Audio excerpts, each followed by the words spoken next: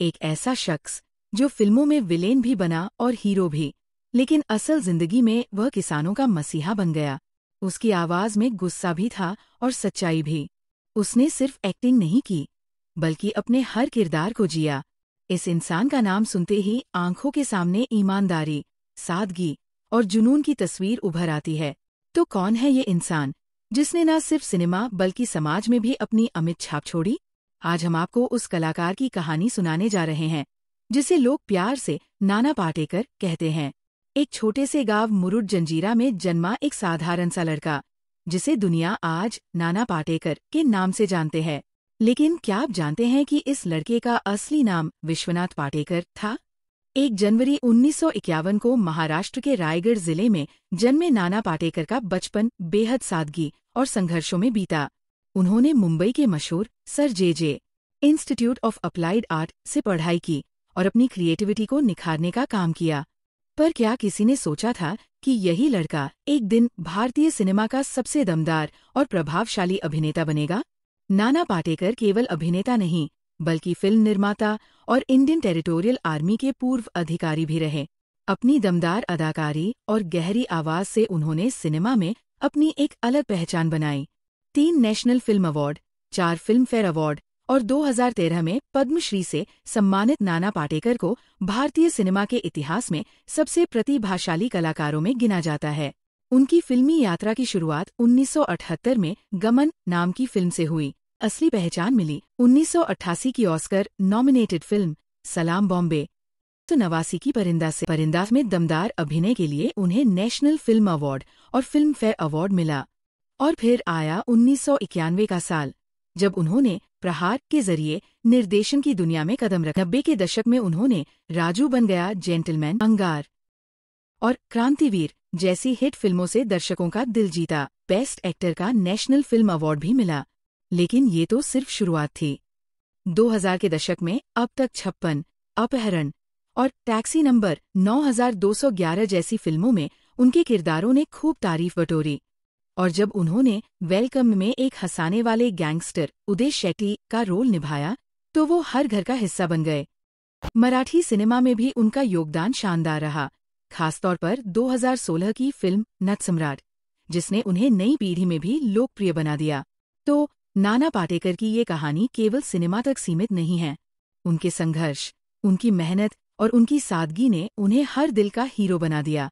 अगली बार जब आप उनकी कोई फिल्म देखें, तो याद रखिएगा कि पर्दे पर दिखने वाले इस सुपरस्टार का असली सफर गांव की मिट्टी से शुरू हुआ था। नाना पाटेकर, एक ऐसा नाम जो हर दौर में भारतीय सिनेमा की जान रहा। पर क्या आप जानते हैं कि उनकी शुरुआती फिल्मों में उन्होंने छोटे छोटे किरदार निभाकर अपनी जगह बनाई थी? 1978 में गमन फिल्म से डेब्यू करने के बाद उन्होंने कई मराठी फिल्मों में छोटे किरदार निभाए और 1986 में British TV series Lord Mountbatten the last viceroy में नाथुराम गोडसे की भूमिका निभाकर अपनी प्रतिभा का लोहा मनवाया। 80 के दशक में आवाम, अंधा युद्ध और सागर संगम जैसी फिल्मों में नजर आए। खासकर अंधा युद्ध में उनके दमदार प्रदर्शन ने उन्हें पहली बार फिल्म फेयर अवार्ड के लिए नामांकित किया।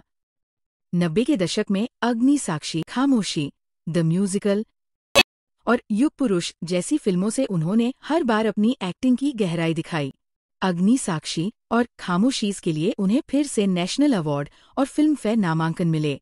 2000 के दशक में शक्ति, द पावर, उनकी भूमिकाओं ने उन्हें आलोचकों और दर्शकों का प्रिय बना दिया। और जब वेलकम में उदय शेट्टी का रोल निभाया, तो वे हर घर में पहचान बन गए। हाल के वर्षों में द वैक्सीन वॉर 2023 में उनका प्रदर्शन सराहा गया, भले ही फिल्म बॉक्स ऑफिस पर असफल रही। उनके हर किरदार में वो गहराई और ईमानदारी दिखती है, जो उन्हें बाकी अभिनेताओं से अलग बनाती है। नाना पाटेकर की निजी जिंदगी उतनी ही गहरी और प्रभावशाली है जितनी उनकी फिल्में।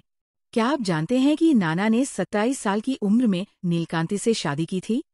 लेकिन उनकी जिंदगी में एक बड़ा झटका तब आया जब 28 साल की उम्र में उनके पिता का दिल का दौरा पड़ने से निधन हो गया। इसके बाद उन्होंने अपने पहले बेटे को भी खो दिया। इतने दर्द और संघर्षों के बावजूद नाना ने हार नहीं मानी। नाना को एक्टिंग का शौक उनके पिता की वजह से हुआ, जो नाटकों के बड़े प्रशंसक थे और उन्हें नाटक देखने के लिए प्रेरित करते थे। यही वजह थी कि विजय मेहता द्वारा निर्देशित उनका पहला नाटक उनके करियर की शुरुआत बनी। आज भी नाना पाटेकर अपनी सादगी के लिए जाने जाते हैं और मुंबई के अंधेरी में एक BHK अपार्टमेंट में रहते हैं। लेकिन नाना की पहचान सिर्फ एक अभिनेता तक सीमित नहीं है। उन्होंने भारतीय सेना में भी अपनी सेवाएं दी है। 1990 में प्रहार फिल्म के लिए 3 साल की कठोर ट्रेनिंग के बाद उन्हें भारतीय टेरिटोरियल आर्मी में कैप्टन के रूप में कमीशन किया गया। यहाँ तक कि 1999 के कारगिल युद्ध के दौरान नाना ने मराठा लाइट इन्फेंट्री रेजिमेंट में एक मेजर के रूप में योगदान दिया और बोफोर्स तोपों पर काम किया। 2013 में वह लेफ्टिनेंट कर्नल के पद से सेवानिवृत्त हुए। इतने सारे किरदार निभाने वाले इस अद्वितीय कलाकार की असल जिंदगी का हर पहलू प्रेरणादायक है। उनकी सादगी, संघर्ष और देशभक्ति के लिए उन्हें प्रणाम है। चलिए आपको बताते हैं नाना पाटेकर के बारे में कुछ अनसुने किस्से। नाना पाटेकर का सफर एक साधारण इंसान से बेमिसाल कलाकार तक का है, लेकिन ये सफर कभी आसान नहीं था। सिर्फ 13 साल की उम्र से ही उन्होंने काम करना शुरू कर दिया था। गरीबी के कारण उनका बचपन संघर्षों से भरा रहा। दिन में स्कूल में पढ़ाई और फिर 8 किलोमीटर पैदल चलकर चूना भट्टी जाना, जहां वह फिल्मों के पोस्टर पेंट किया करते थे। ये सब इसलिए ताकि उन्हें 2 वक्त की रोटी मिल सके। 4 दशकों से ज्यादा समय से फिल्मी दुनिया में सक्रिय नाना पाटेकर ने हर तरह के किरदार निभाए। नाना पाटेकर का अंदाज हमेशा अलग रहा। उनके बोलने का ढंग, फिल्मों में लंबे लंबे मोनोलॉग और संजीदा अभिनय ने उन्हें दर्शकों के दिलों में जगह दी लिया। अब बात करते हैं एक ऐसे किस्से की जो उनके व्यक्तिगत जीवन की गहराई को दिखाता है। 1993 के मुंबई ब्लास्ट ने नाना पाटेकर की जिंदगी को झकझोर कर रख दिया। इस ब्लास्ट में नाना ने अपने भाई को खो दिया था। बाद में इस मामले में संजय दत्त दोषी पाए गए। तभी से नाना ने ये फैसला कर लिया कि वह कभी भी संजय दत्त के साथ काम नहीं करेंगे। एक इंटरव्यू में उन्होंने साफ कहा था कि संजय ने भले ही अपनी सजा काट ली हो, लेकिन मैं उन्हें कभी माफ नहीं कर सकता। नाना पाटेकर का ये सफर उनके संघर्ष, जज्बे और अभिनय की गहराई को बखूबी दर्शाता है। तो क्या आपको लगता है कि नाना की कहानी उनकी शख्सियत को और खास बनाती है? चलिए, हमें बताइए आपकी राय।